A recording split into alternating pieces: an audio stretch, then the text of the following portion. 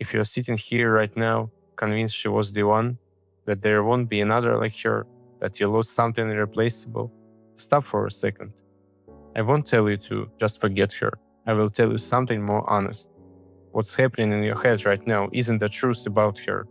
It's your brain, and it's deceiving you. Believe it all the way down, and you might spend years grieving someone who only exists in your memory. Sounds familiar?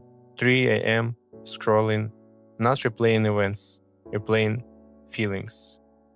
How she laughed, how your name sounded in her voice. You look at other women now and they feel flat, lacking, not because they are worse, because you are comparing a living person to a memory you've already edited. I know this sounds almost insulting when you're still hurting, but stay with me. Think back carefully, not just the good parts. The silence after fights that dragged on for days. The days she was cold, shut off, irritated for no reason. Habits that drove you crazy. Moments you felt lonely, standing right next to her. All of that happened. Your brain just pulled those frames off stage and left only the highlights running. You're not in love with the person.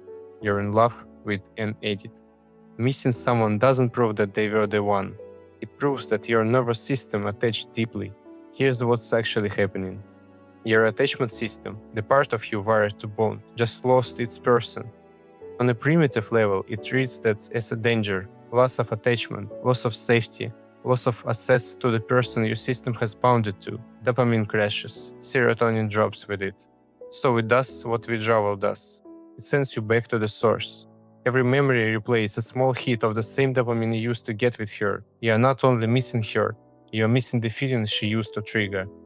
And the longer you feed it old footage, the more real that idealized image starts to feel, like it exists somewhere out there.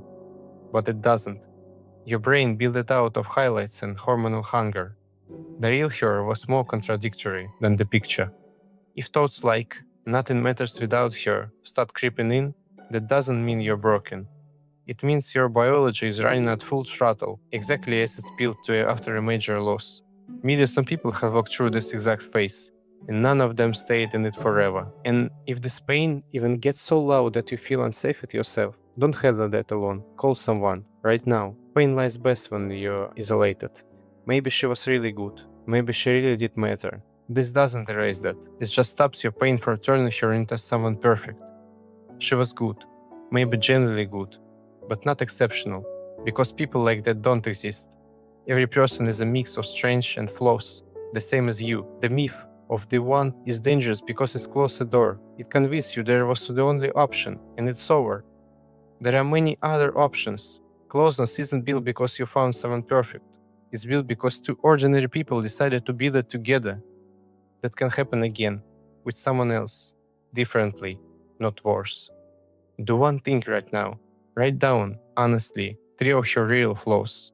Not she was sometimes late, the things that actually hurt. That isn't about tearing her down. It's about putting reality back into the picture instead of hologram. And second, go outside, hit the gym, call a friend. Physical activity and social contact help your brain rebuild the chemistry that has crashed. You don't have to wait for your brain to heal itself. Give it evidence that the life is still moving. I'm not saying this from theory. I was exactly where you are. Convinced it was over, that I had lost something irreplaceable. I went through that pain and came out the other side more whole, more honest with myself, more ready for real closeness. She was great, maybe the best person I ever met, but not exceptional. And you haven't finished your story yet.